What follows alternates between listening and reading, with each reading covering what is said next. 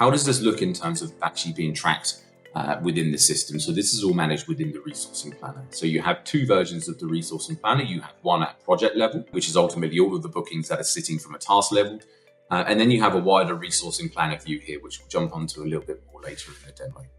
You can see that we also manage approvals, as I mentioned before. Again, we'll cover this off a little bit later within the demo. We're just going to jump now straight into the resourcing view at the top here. I mentioned that again, we've got the ability to look at bookings down to an individual project level. That captures all of those bookings for those people assigned to that specific project. What we want to get ultimately is that visibility across the whole agency in terms of how are people working, in terms of projects that they're booked on. And this is that view that allows that.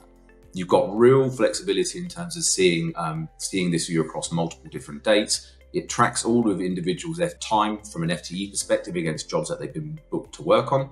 This is all tracked via a color coding system. So you can see here, we've got red when someone is overbooked against their FTE. We've got unassigned bookings here that can be dragged and dropped and assigned to individuals. We can also come in here and start editing and actually starting to add in new bookings against individuals as well. So again, updating my project plan directly from my resourcing calendar, which automatically updates back into the budget module as well.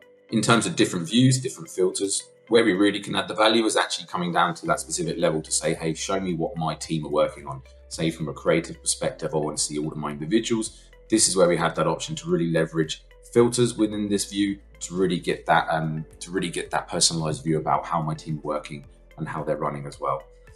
What we can also do is actually manage multiple different views in here as well. So we're seeing this from almost like a task entry booking view at the moment. But what we can do is actually, jump back out and actually look at this a bit more from an overall capacity percentage in terms of how these people are running. So again, this is then to track that from where are my blockages in terms of my people. So you can see Claire is very booked and actually Johnny Murphy has no capacity that day. So that might be where we start to shift some of the responsibility off Claire and into Johnny where he's got the gaps. This is going to be a really key visual because any pipeline jobs that come in here as well can then be pulled in and actually stacked against the actual live work that we're looking at. My planned work versus all my live work as well. So really giving us that visibility about where our bottlenecks might be in terms of people. And again, any non-resourcing events as well can automatically be pulled in here as well. Tracking this down to specific people from paid work, also back to non-billable work as well.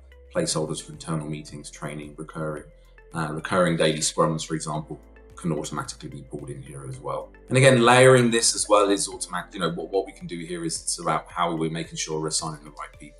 That's layering this all in with ultimately our AI engines that we can really power in, right down to that level of saying, well, we've got a task list that needs assignment. Go off and find the right people based on key skill sets that we want them to go away and actually start looking at in terms of work.